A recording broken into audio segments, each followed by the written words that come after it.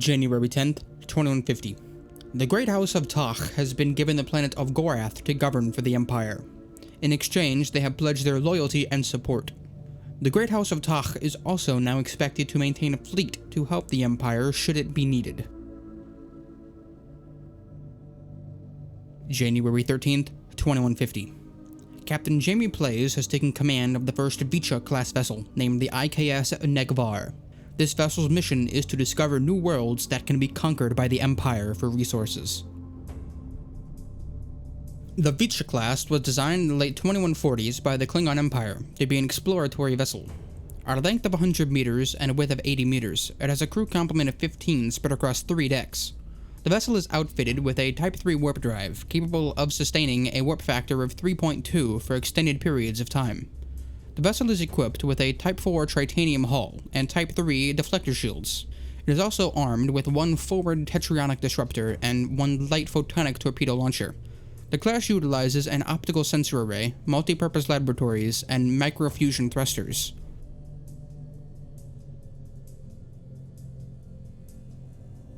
June 2nd, 2150. Captain Lucara took command of the second Vicha-class vessel named the IKS Borcha.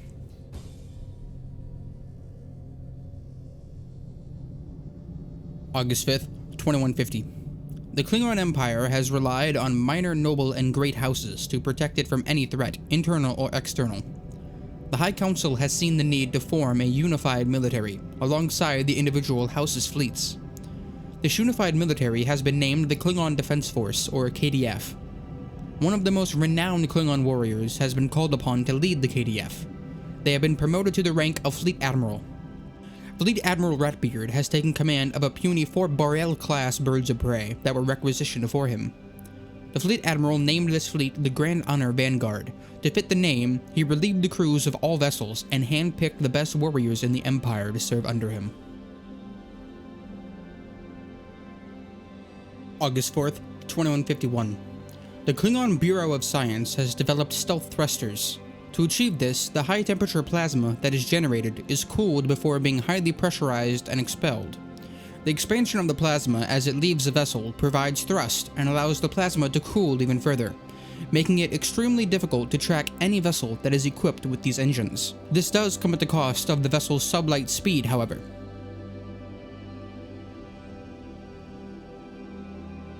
June 2nd, 2152. The Bureau of Science has presented what they are calling the Adaptive Linguistic Translator, which can supposedly translate the languages of aliens we meet quite quickly. This advancement will allow us to discover new empires to conquer, or if we deem them honorable enough, be friendly with them, and maybe even allies.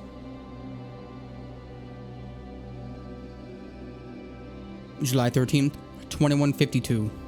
Captain Lucara reports encountering an alien vessel in orbit of Mempa A. The vessel has not responded to multiple hails, so Captain Lucara decides to leave. The alien vessel follows the IKS Borcha, and the captain assumes the alien vessel has hostile intent. The tactical officer on board says that the Borcha's limited armament would have no effect on the alien vessel's shielding, so for several minutes both vessels try to accelerate faster than the other, and the Borcha's engines start to overheat. But luckily the alien vessel's speed plateaus, and the Borcha is able to elude them.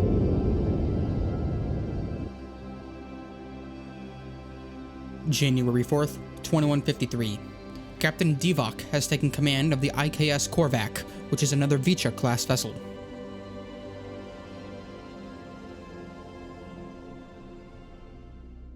August 1st, 2153. Discontent has been growing on the IKS Negvar, unhappiness with Captain Jamie Play's lack of thirst for combat. The executive officer Vogue begins to hear whispers of mutiny led by the chief engineer. A confrontation occurs in main engineering between Vogue and the chief engineer, where the chief engineer convinces Vogue that the captain is not fit for command. Storming the bridge, Vogue declares this to the captain and challenges him to a fight to the death for command of the Negvar. Captain Jamie Plays accepts the challenge. A grueling fight ensues between the two, but ultimately the captain wins by stabbing Vogue in the heart with his ductag. After this display, the chief engineer is imprisoned and will be met with a tribunal back on Kronos, where he will be found guilty of treason and will be put to a slow death without honor. He will surely find his way to Grethor, where he belongs.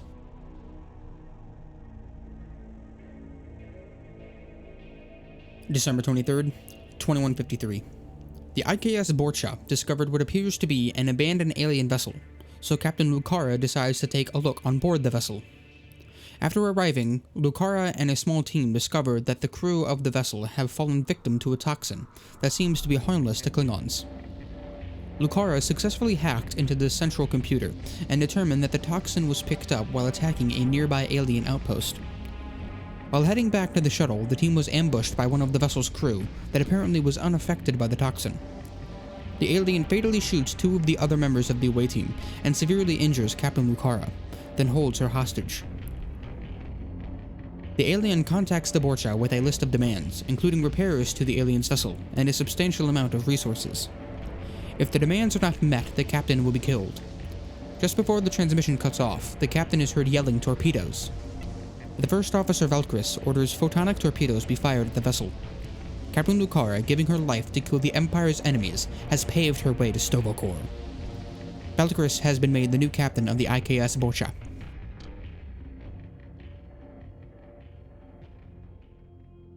February 24th, 2154. Fleet Admiral Ratbeard has successfully acquired 6 new Boreal-class birds of prey for the Grand Honor Vanguard. The Boreal-class bird of prey was designed by the Klingon Empire in the late 2140s. At a length of 110 meters and a width of 100 meters, it has a crew complement of 12 to 20 spread across 4 decks. The vessel is outfitted with a Type 3 warp drive, capable of sustaining warp factor 3.2 for extended periods of time. The vessel is equipped with a Type 4 titanium hull and Type 3 deflector shields. It is also armed with 3 forward tetronic disruptors and 2 photonic torpedo launchers. The vessel utilizes a Type 3 spintronic main computer and state-of-the-art Type 6 stealth thrusters. May 17th, 2155. The IKS Korvac was surveying Korvat 1 when the vessel detected a massive surge in subspace activity, followed by the appearance of an alien vessel. Hailing the vessel proves fruitless, and they just sit there scanning us. After several minutes, the vessel warps away. Captain Divac attempted to follow the vessel, since they dropped out of warp right in front of the Korvac, and it required the helmsman to reverse course just to avoid a collision. The Korvac follows the vessel and they discover it trying to open some type of portal to subspace. The vessel powers up what appears to be its weapons, so the Korvac does the same. The alien vessel launches a torpedo, and the Korvac evades. The tactical officer uses the Korvac's limited armament to target the vessel's weapons array. The vessel fires a spread of torpedoes, and multiple of them strike the Korvac's hull. The Korvac violently shakes, and the structural integrity fields start to fail. Then one of the torpedoes pierces the hull completely, and hits the warp core, causing a matter-antimatter cascade, killing all hands. The crew of the Korvac, including Captain Divac, fought with honor, and are on their way to Stovokor.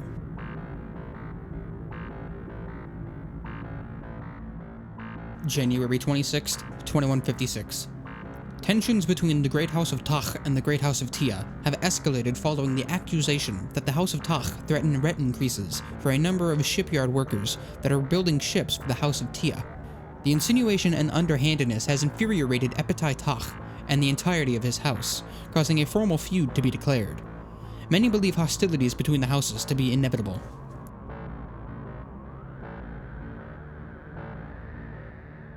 August 11th, 2156. The Bureau of Science has discovered that if we use tetrions, which are native to subspace, in our disruptors, we can capitalize on their energetic and unstable nature to increase their damage output.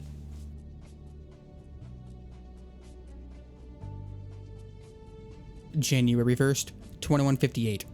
The planet of Tygokor has been colonized, and all great houses put in their bids to take over its governorship. Ultimately, Tygokor is given to the Great House of Tia.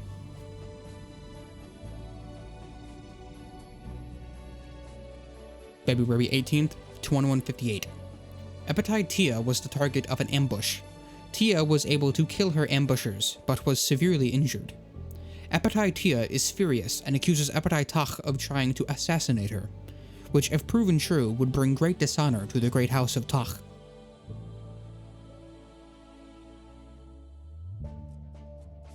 February 28th, 2158. The Tiburon Alliance has contacted the High Council and introduced themselves. The Tiburon appear to be egalitarians and believe that everyone is equal for some reason. Despite our opposing beliefs, they seem adamant that they only want to be friendly, and that they mean no harm.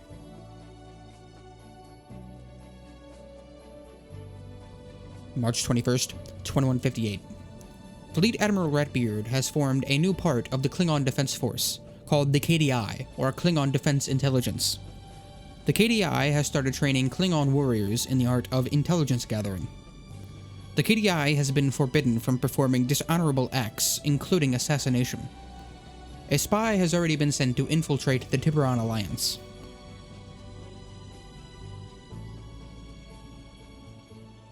April 11th, 2159. The Tiburon Alliance has been expanding rapidly and is growing closer and closer to our border. The High Council sees this as an opportunity and has started preparations to raid them. This should teach them a lesson to stay away or fight. The Grand Honor Vanguard is awaiting 4 new birds of prey before they set off and start the raid.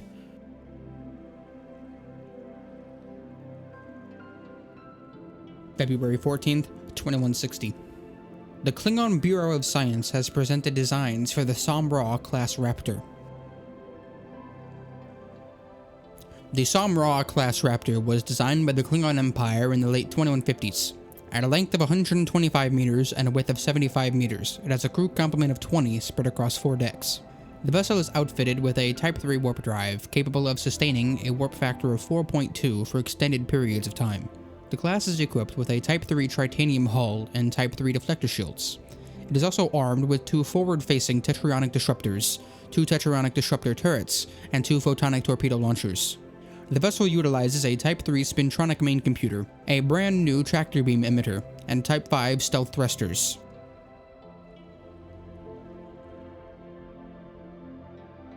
March 24th, 2160. The raiding of the Tiburon Alliance has begun. Fleet Admiral Ratbeard will be responsible for conducting the raid. He will also be personally leading the Grand Honor Vanguard.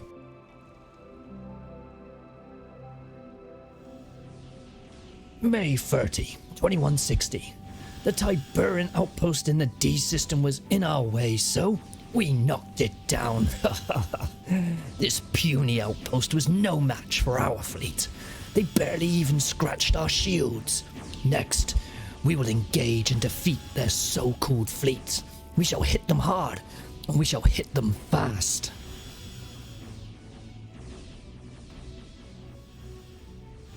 November 21, 2160. As I fought, the Tiburon fleet was destroyed with very little effort, and their outpost in this system was captured, and it will be used for the Empire.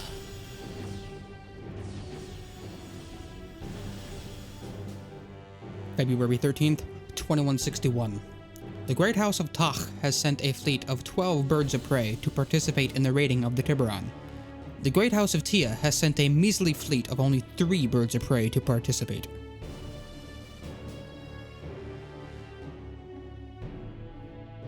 May 1st, 2161. We have arrived at the Beta Faces system, home to the Tiburon homeworld.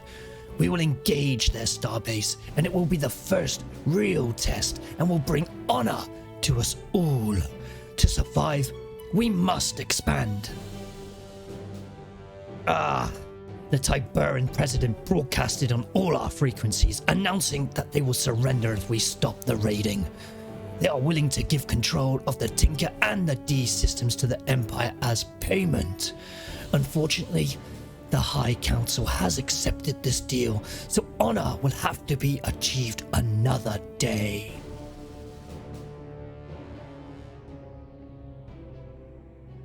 January 2nd, 2162.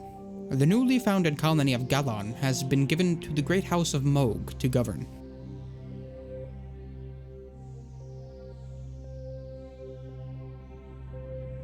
June 1st, 2162. It is a day of great joy in the Empire. A son of the Great House of Tia and a daughter of the Great House of Moog have wed in a ceremony worthy of Kalis himself. This has started a new era of cooperation between the two great houses.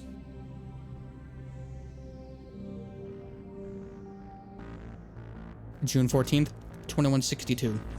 The IKS Bortress was surveying the Nomad system when an alien vessel warped in and immediately started firing on the Bortress, destroying the vessel. Captain Leskit fought until the end and brought great honor to the Empire and his house. Once we find these aliens, they will pay for their actions.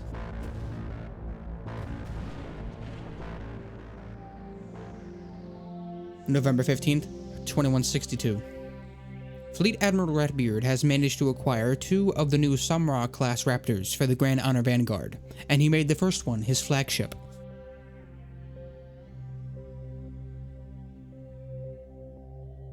June 24th, 2163.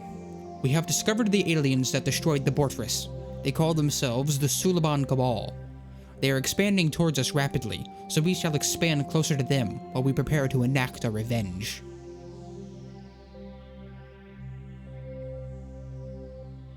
January 14th, 2164. The Great House of Antak has been given the new colony of Mempa to govern.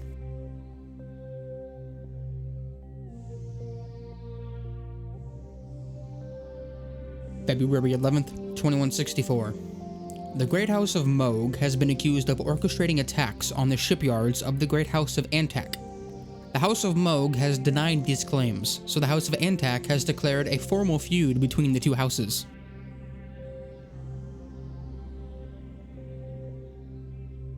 April 4th, 2164. The Bureau of Science has developed perilithium stealth thrusters, which combine older impulse technology and even older ion technology. It is fueled by a perilithium, which is an isotope of lithium, and this isotope is now easily accessible thanks to our new synthesis technologies.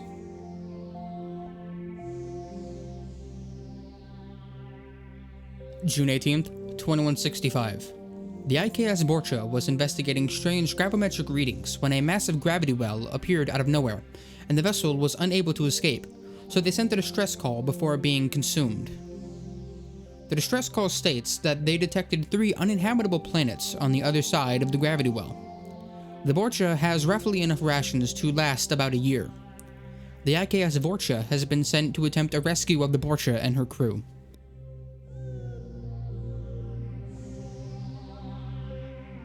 January 16th, 2166.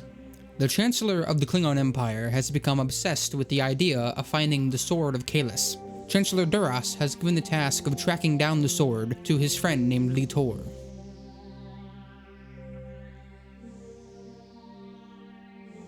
February 19th, 2166. The IKS Vorcha arrived at the last recorded position of the Borcha, and they discovered that the gravity well is a monodirectional phenomenon, meaning that no vessel that went in can come back out. However, by sending a reinforced probe inside, the Borcha was able to locate the crew of the Borcha. The Borcha science officer was able to use the probe as a signal booster, allowing for the slow transport of small groups.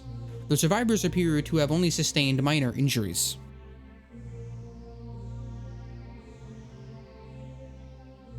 March 16th, 2166.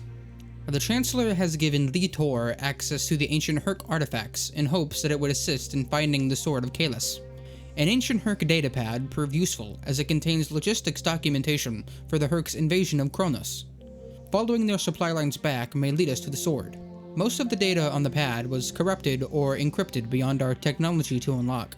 However, one of the few accessible files points to an abandoned Herc base here in the system. The base is located on the aptly named moon, Herc.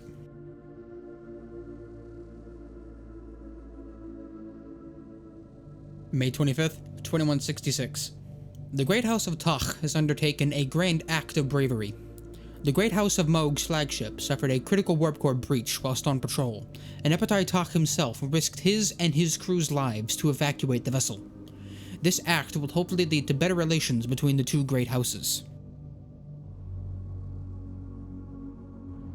June 21st, 2166. The IKS Vivach and its new captain Valkyris have been ordered by the Chancellor to assist Litor and explore the moon of Herc for the Sword of Kalis.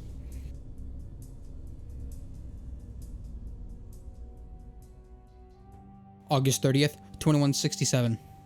The High Council has decided it's time to enact our revenge on the Sulaban Cabal. Fleet Admiral Latbeard will soon be underway with the Grand Honor Vanguard.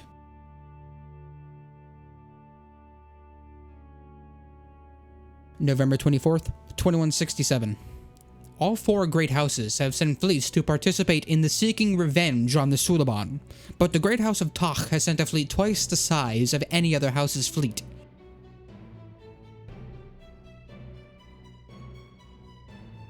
January 7th, 2168. Litor and Valkyris found a Herc outpost on the moon, and they discover evacuation documentation that is quite extensive, detailing the routes every ship was to take back to Herc space. Apparently through a wormhole, no less. One vessel stands out, a cargo ship with a manifest labeled alien artifacts. Its listed destination is a strange facility on an uninhabited planet extremely far from here. Litor is convinced that there is a more extensive Herc facility or bunker on the moon, so they will continue to search.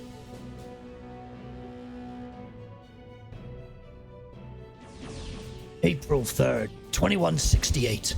The Grand Honor Vanguard Fleet and other great fleets from the great houses are engaging a Sulaban starbase, and their main fleet seems to be on an intercept course. Ha ha ha ha! Klingons are born to fight and conquer, so we will crush them and bring honor to the Empire.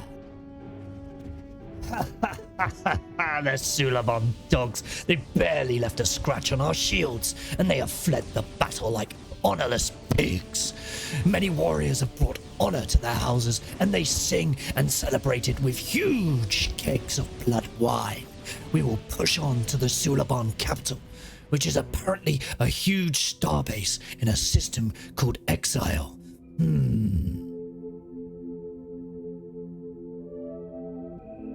April 1st, 2169. 7 crew members of the IKS Vicha died attempting to locate the bunker Litor has been searching for. Captain Valkyris and Litor are leading the expedition team, and they are completely unperturbed by the deaths, and continue to search for an entrance to the bunker. Upon finding the bunker, they encounter a Herc force field, blocking the entrance, so they moved away and ordered the Vicha to fire disruptors at it, hoping the force field would fail because of its age. After gaining access to the bunker, they did not find the sword, but they found more data pads, and they show the location of a Herc medical facility that might have more data. This facility is currently located deep within Sulaban space. The Chancellor wants to divert the Grand Honor Vanguard to escort the Vicha, but the High Council does not agree, resulting in Fleet Admiral Ratbeard receiving 2 different sets of orders. Ultimately, he decides to follow the Council's orders and continue en route to the Sulaban capital.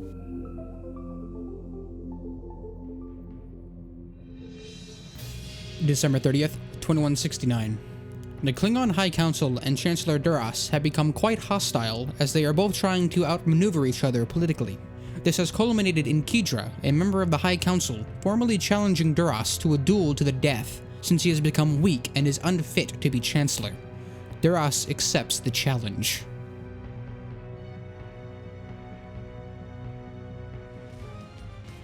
Should the Grand Honor Vanguard continue to the Sulaban capital and fight for honor? Or should they escort the Vicha to the Herc medical facility in hopes of finding the sword of Kalis? Let's discuss it in the comments below. If you want to see Star Trek New Horizons gameplay, I recommend Cornish Ratbeard and Jamie Plays. Also, don't forget to join our Discord. I regularly ask members to vote on major events that happen in the series. So if you want to say in what happens, join the collective Discord in the description below. Thank you for watching, and as always, have a wonderful day. Live long and prosper.